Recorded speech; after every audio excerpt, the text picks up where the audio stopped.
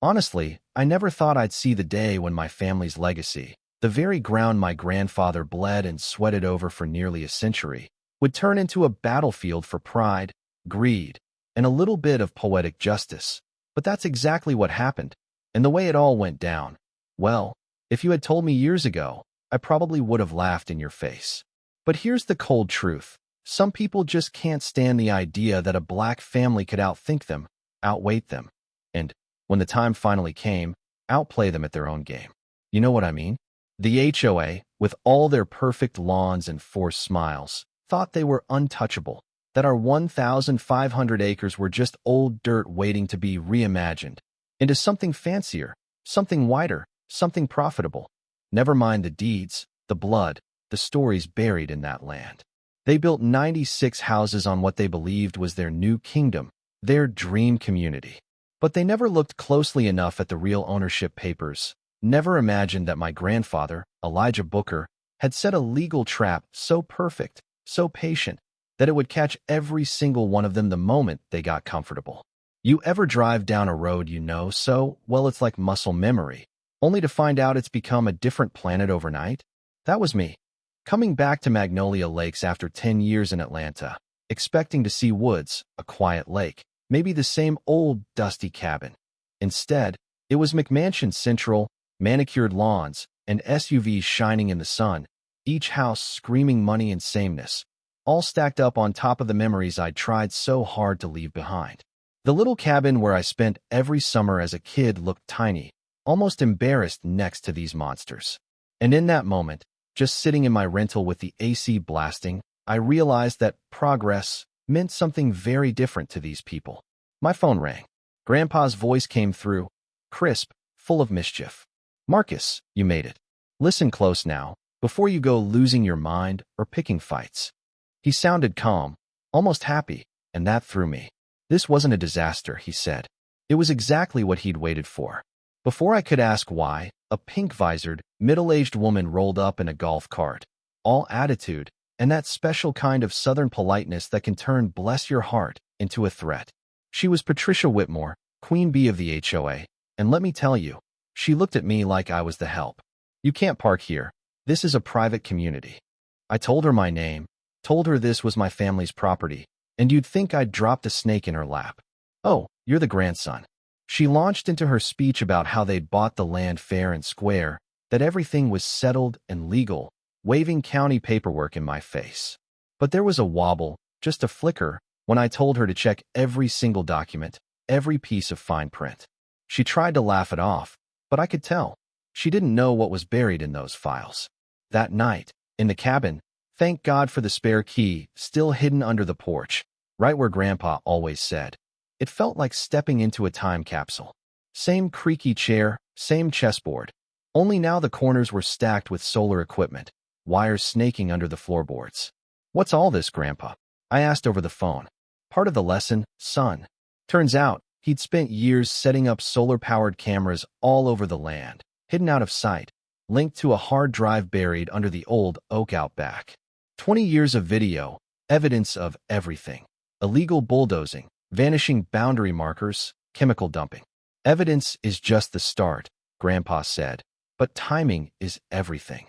The next day, I met Samuel Richardson, Grandpa's old Army buddy and lawyer. 35 years in real estate law, the kind of man who knows how the game is played in the South. "Your grandfather made this land legally bulletproof," Sam said, showing me the documents. Federal Heritage Protection Status, a nonprofit trust holding the deed. And here's the killer twist. Any development required the unanimous consent of all descendants.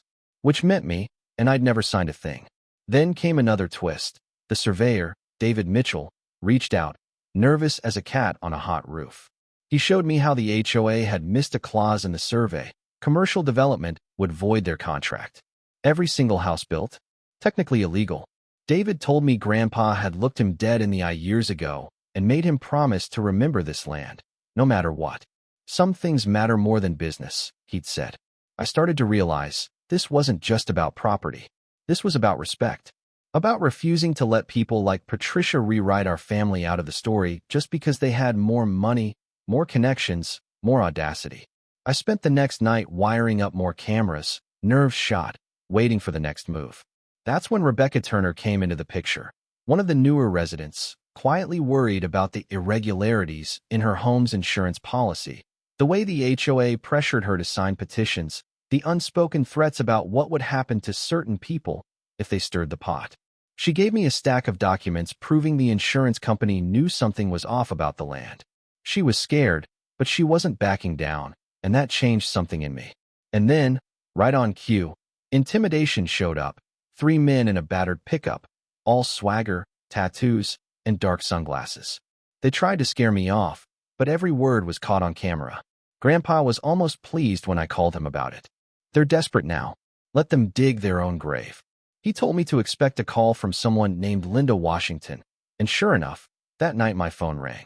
Special Agent, FBI. She'd been working with Grandpa, building a case not just against the HOA, but against a network of politicians, developers, and clerks who'd been running this scam across the South, stealing land from black families for decades. By the time the community meeting rolled around, Patricia had stacked the deck, platform, 5 board members, packed room of angry residents. She called me a troublemaker, accused me of trying to ruin everything. I could see the fear in her eyes when I started laying out environmental violations, showing photos, asking about missing permits. Then Margaret Foster stood up, a retired land office worker who'd processed deeds for 40 years. She said, loud and clear, there was never a legal transfer of Booker land. A dead man doesn't pay property taxes, she announced, and the room erupted. For a moment, I thought Patricia might faint, but she tried to bluff her way through. Too late. After that, the gloves were off. Power to the cabin was cut, water shut off, certified letters threatening trespass charges.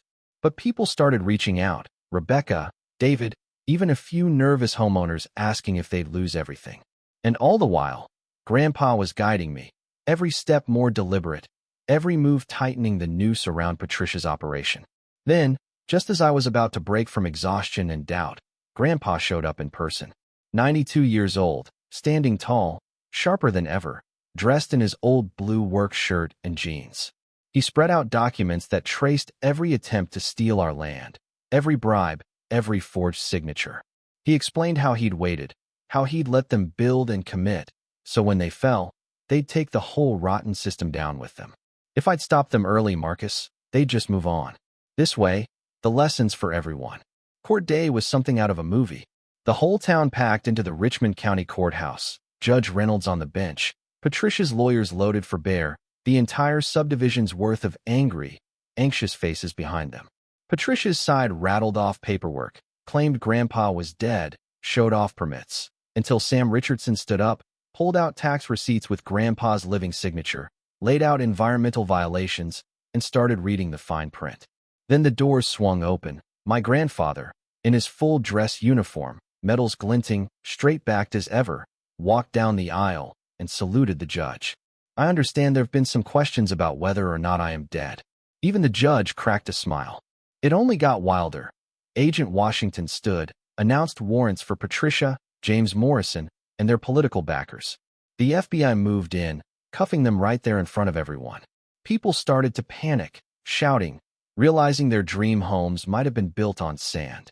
Judge Reynolds declared the land belonged to us, the entire development illegal, and ordered $45 million in restitution.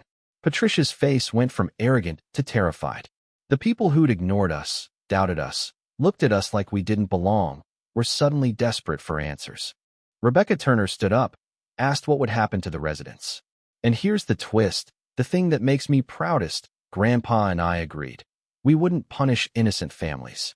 We'd turn the subdivision into affordable housing, open to everyone, make a real community out of the mess they'd made.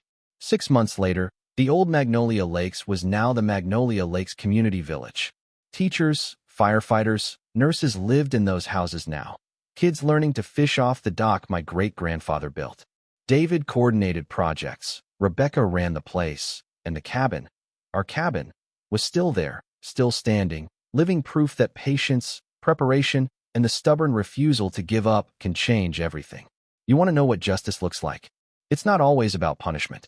Sometimes it's about redemption, about turning what was meant for harm into something that heals. My grandfather taught me that sometimes the only way to win is to wait, to watch, and then, when the time is right, to spring the trap so tight they never see it coming.